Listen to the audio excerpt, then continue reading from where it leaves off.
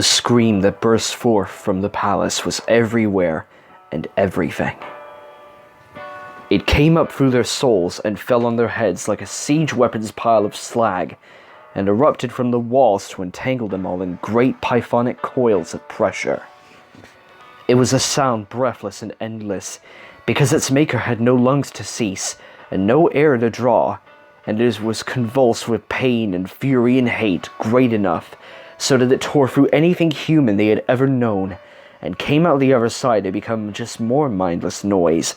Noise so fraught with misery and emotion that it was shredded into something animal. As one, they lost their balance and slammed into the left-hand wall, which became the floor, which became the wall, and so, the maze gone mad, the corridor turning and turning in its widening gyre, gravity become babbling and senseless in the teeth of that shriek. Haru mouthed, "Make it stop, make it stop," but her voice was buried utterly in Shimizu's lamentation, and all their stomachs lurched from the hallway's tumble. And just when they thought all their skulls would split, the walls split first. The maze walls breaking like window panes and bursting apart in a stinging shrapnel of splinters. As gravity reached out and seized them all. They fell. The palace gutted itself around them. Shimizu's howl made itself heard over the cacophony of bursting wood. There was no bottom in sight this time. They picked up speed as the slipstream stuck at their ears like blades. They fought to make themselves heard. "There's nowhere for us to grab hold!" Akira shouted. His coat billowed after him like a veil of ink. "It'll be okay, Joker!"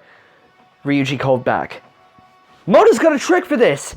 We just gotta wait until we see the bottom and— Oh shit!" His voice cracked and his arms flailed like he was trying to find purchase on thin air, and all the thieves' faces turned waxy with terror.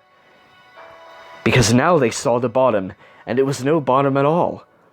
In its spasm, the palace had undone direction. They weren't falling down, they fell up. Into the sky. Ahead loomed the void and the mindless hungering hole therein. Morgana desperately cried Zoro's name, and another onrushing gale slowed their fall, but they were nearly out of hallway and with no escape in sight. Those with bladed weapons took the chance to anchor themselves. Yusuke jammed his katana between the planks and held on tight, as Futaba grabbed him around the waist like someone drowning. Haru grit her teeth and swung her axe, and when it had planted itself in the wood, she nearly lost her grip as Makoto grabbed her ankle. Morgana shoved in his cutlass, and a moment later Ann's whip snapped out and lashed around the blade. As she swung free, the weapon bent dangerously. And Akechi, in one smooth movement, rammed his beam sword home and grabbed Ryuji with his free hand. "Hold on, Skull!" "Wait, lightsabers aren't supposed to look like that," Ryuji babbled insanely. "It's supposed to cut right through." "Not unless I want it to, so don't make me think about it, you imbecile!" His head twisted round. "Where's Joker?" Near the very bottom of the twisted hall, using his knife as a foothold. Handhold, feet swinging free over the void. Shimizu's scream died away. As Akira looked up, past the other thieves, he saw the walls bulge out, exposing that hive of hateful eyes. "Joker! We've got seconds at best!" Akira had even less than that. The woodwork around him fell away. The palace was being peeled into the abyss. He tore his eyes away from Shimizu and looked down. Into the hole. The welcoming black. Akira let go. The thieves' cries trailed after him as he fell. From where they hung, with his black coat and black hair and arms outstretched, all that remained of Akira were his gloves. 2 splotches of blood, already drying as their color was drunk away. Then, Akira's mask blazed. He called, "Bare your fangs! Seth!" Two great black wings unfurled as though they had burst from Akira's own back. But his own fall ceased, and they saw he was perched atop the Serpent of Chaos, the fratricidal god, bullet-nosed and red-eyed and so dark he seemed forged from oil, a living crawling dark in contrast to the lusterless emptiness of the black star. His long neck reared back and snapped forward, and the air was rent as Seth screeched, howling defiance into the void. Then he turned and flew up, coming back for the thieves. This is why I had Seth in my party during most of Persona 5 and during most of Persona 5 Royal. Ryuji saw his approach and grinned. Well, shit! Two can play that game. He released and fell and called for Captain Kidd. The ship materialized around him, sailing on air, with the captain himself holding Ryuji in his one good hand and staring at him as if in admonishment. Futaba also took the hint. Still holding on to Yusuke, she shouted for Necronomicon, and the saucer spun itself into life and turned sideways and seized them both in its tractor beam. Yusuke's legs flailed wildly as it pulled them in. Her voice crackled in all their ears. Mona! We've got room for one more! I mean, not really, but get in here anyway.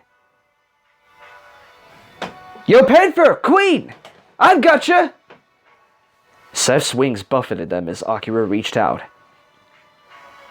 That leaves me. Noir! Crow! It's time to move! They dispersed. They reorganized. Makoto and An clutched onto the railings of Captain Kidd's ship, while Akechi and Haru held onto Seth's neck for dear life. Akechi felt a reassuring hand on his back. He turned to see Haru smile and nod. Meanwhile, the inside of Necronomicon was very crowded. It was barely large enough for one person, let alone two plus one cat. Still, Futaba bent over Yusuke's and Morgana's crammed bodies, her hands running over the Persona's controls. Okay, that's something I'd like to see in fan art. Yusuke and Morgana riding in Necronomicon along with Haru. This place got absolutely wrecked by Shimizu's freakout. I see the treasure. It's dead ahead. The corridor groaned around them. Nails popped free. The hole continued to grow. It expanded out like a water blot. Everyone, hold on tight, Akira said. It's the final push! The palace yammered like an asylum as they flew. The hole in its endless dark pursued them in a tarry flood. The maze was swallowed by it. Shimizu's words were more frantic than ever, racked with terror, the palace fighting to block their way, but too damaged by his fit to create any further barriers, straining and shattering in a desperate bid to escape before the hole passed over it and darkened those golden eyes forever. Wrong, it's wrong, it's wrong, it's wrong, it's wrong, it's wrong. Stay back! No! Please, no more! Keep away from me! The final wall approached. An called Carmen's name, and it burned to cinders. And as they pushed through that last obstacle and into the darkness ahead, and the hole swallowed the rest of the palace and the shadow it contained, they didn't know if Shimizu was speaking to them or to the Black Star. Whoops. It was dark beyond sight, and suddenly they were racked with vertigo fierce as migraine. Their bodies seemingly pulled in every direction at once. The sensation broke their concentration, and the personas dissolved around them to send them tumbling down. They didn't fall far. They landed on soft carpet or on each other, groaning in a heap.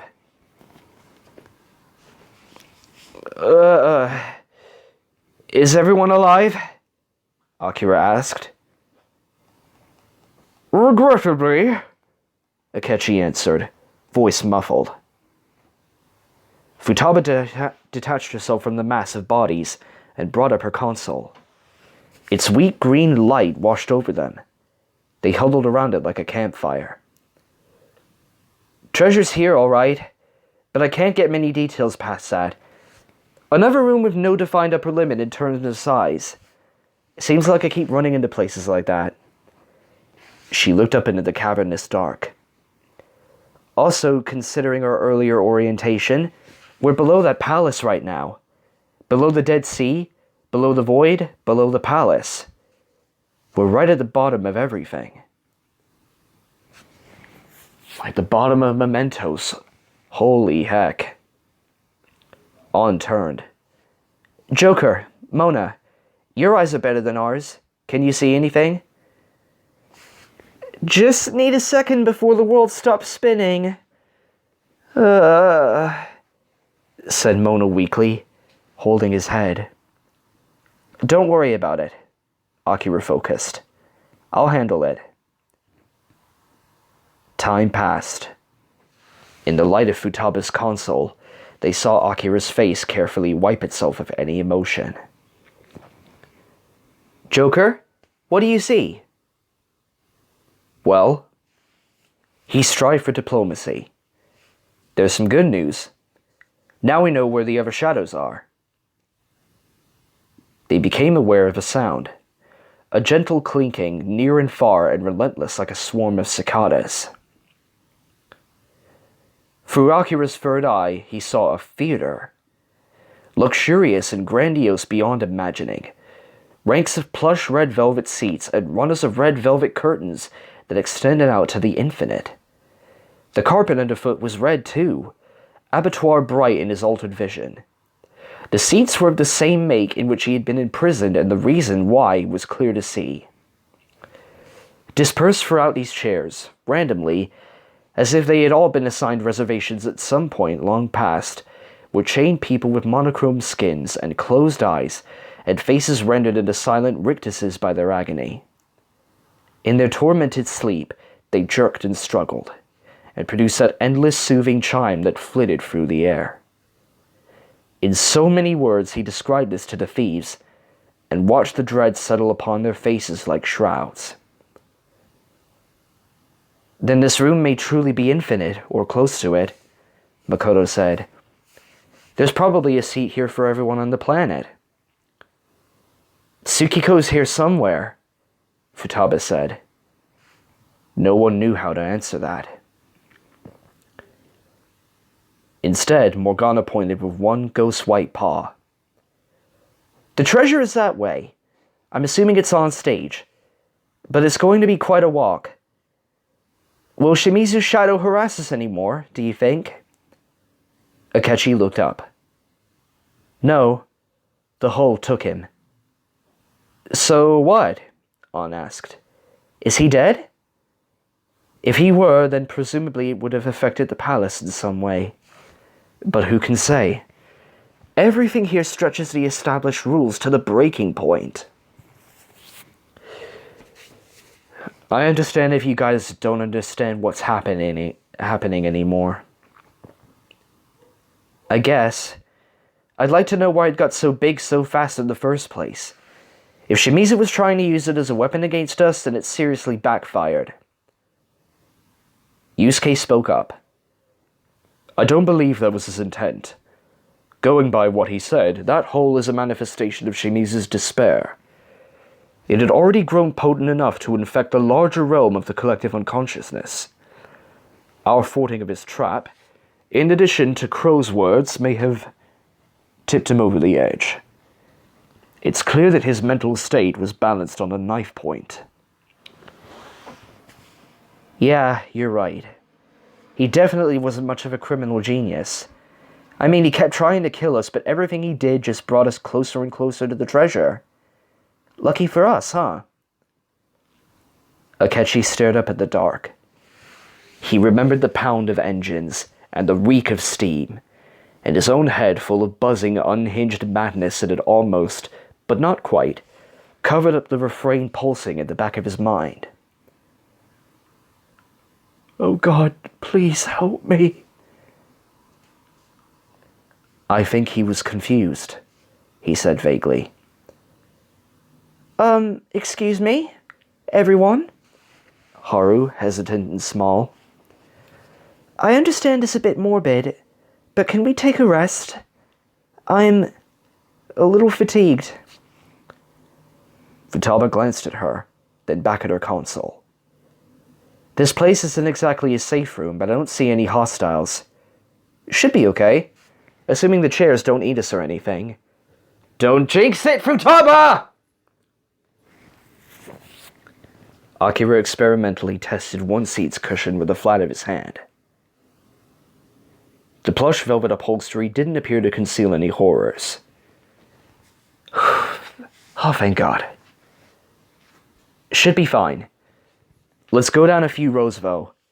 I'd like to rest in one that doesn't have any other occupants. Watch your step. Allow me.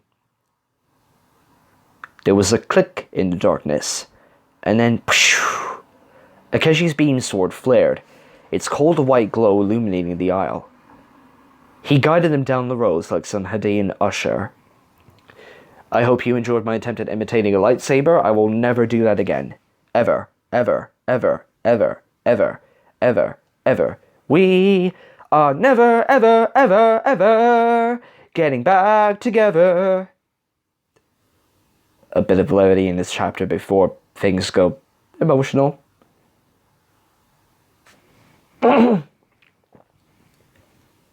They sat in a cluster.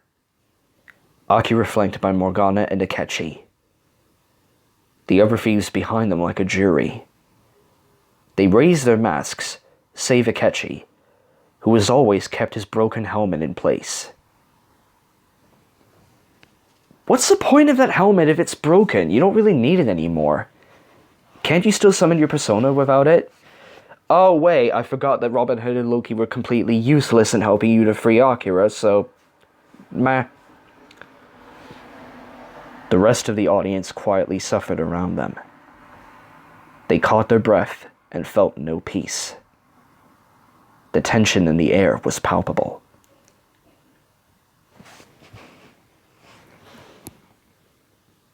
So, said Akira at last, does anyone want to ask me anything?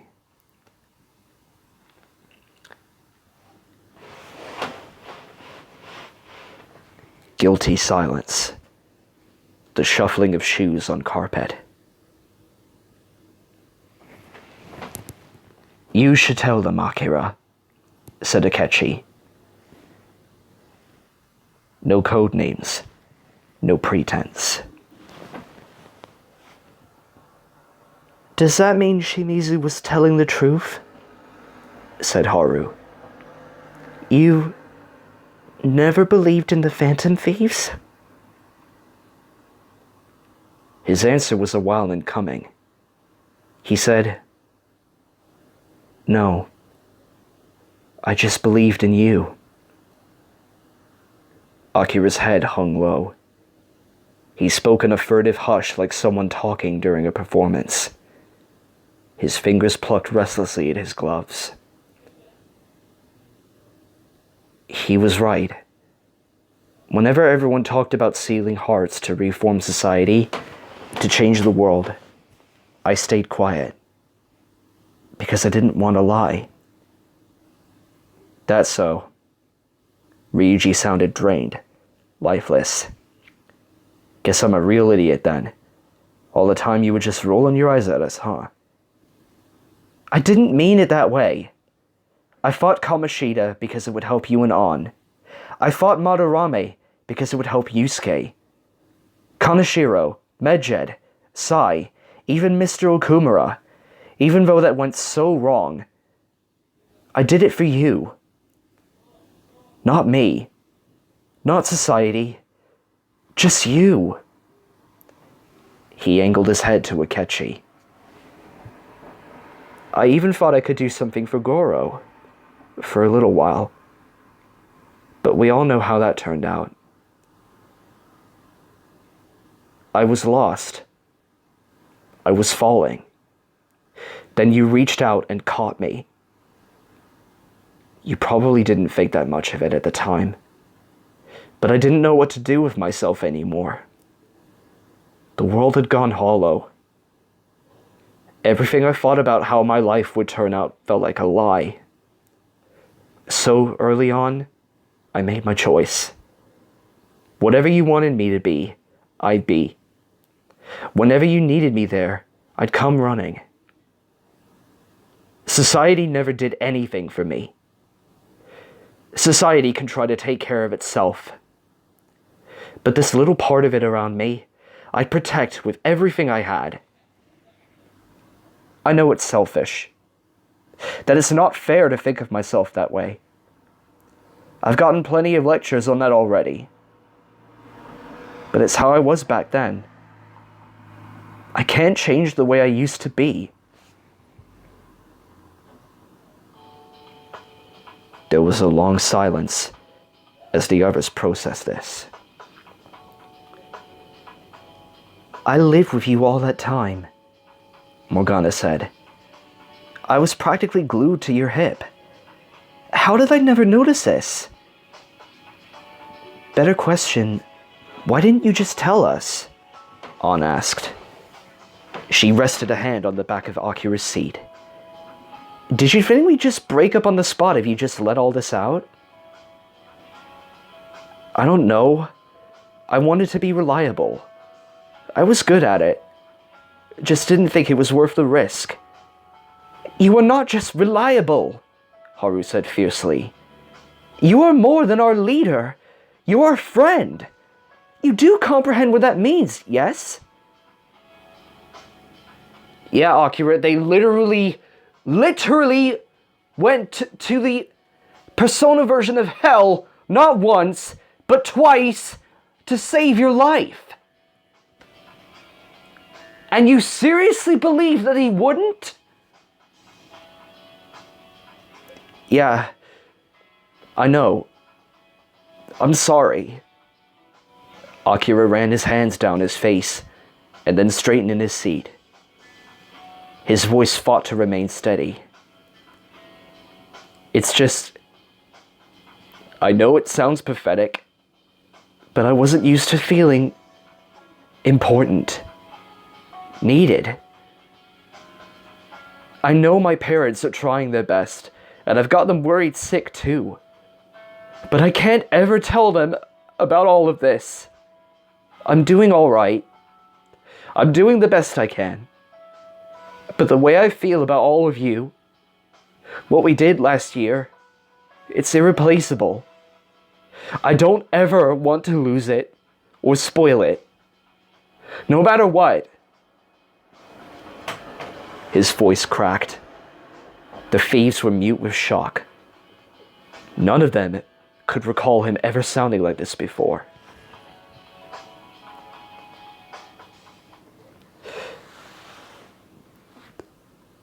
I don't know how else to say it, he told them. You guys mean the world to me.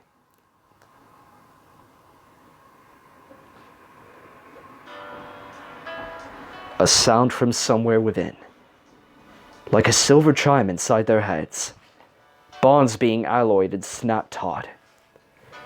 Somewhere above their seats, the darker shapes of their personas loomed in the shadows like an audience from another world entire. They silently transfigured into their empowered forms, and the thieves felt a new strength in their limbs and their minds.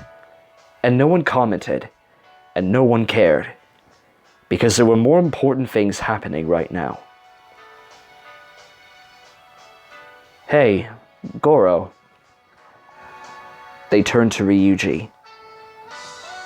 The faded yellow highlights of his hair stood out like caution tape in the murk. The shape of Satan Taisei faded as he leaned over. That stuff you said back there, when you picked Shimizu's brains, I'm guessing that you weren't just talking about it. Akechi said nothing. So what do you think? You spent a whole year laughing in our faces, You still think we've all got no chance? Akechi shrank in his seat a little. He felt everyone's gaze on him. But he rallied. Understand that I don't mean to sound self-pitying, but I've seen the world from a different perspective than the rest of you. Since I was a child, I've been privy to the parts of society that everyone just wants to forget. The single parents, the orphaned children, inconveniences, a lot of them. When you're in that situation, you come to understand that you have no place in any future worth mentioning. Let your guard down for a moment, and you'll be discarded like trash. He gripped the armrest, voice tightening. And then there are the things I saw during my expeditions into the cognitive world. All those palaces. You've only gotten a taste compared to some of the turmoil I witnessed. It's truly shocking how the most seemingly benign of people can conceal such rot inside. And yes, I'm including myself. So perhaps I'm embittered. But I don't think I'm wrong. I truly believe now that all of you are extraordinary. But most people aren't. People will disappoint you. Our society depends on ignorance. We're not meant to become so aware of each other's suffering, of the ruin that lies in all our futures. Shimizu has proven that. Civilization isn't coming undone because of paranoia syndrome. It's because he's forced everyone to confront the fragility of tomorrow. The masquerade is failing. The anxiety is driving everyone mad. And even if we're victorious today, society will find a way to reset to the status quo because there's no other way for it to go on. He sighed. They'll regress. They'll forget.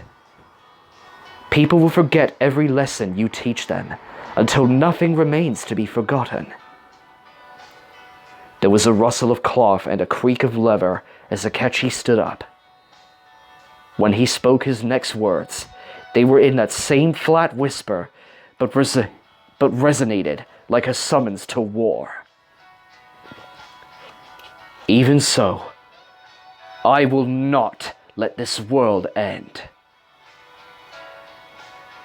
And in response, far in the distance, a spotlight snapped on with a sound like a gunshot report, its beam a thin gash in the surrounding dark.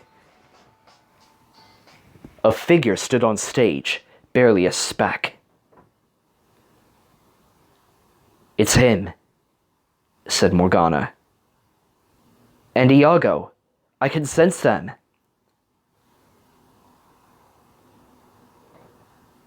Iago, the last great mystery of this place. Makoto rose. I can only imagine what deceased part of Shimizu's mind that thing sprang from. Akira lowered his mask. Are we ready? The phantom thieves murmured their assent. Then let's go. The end is near!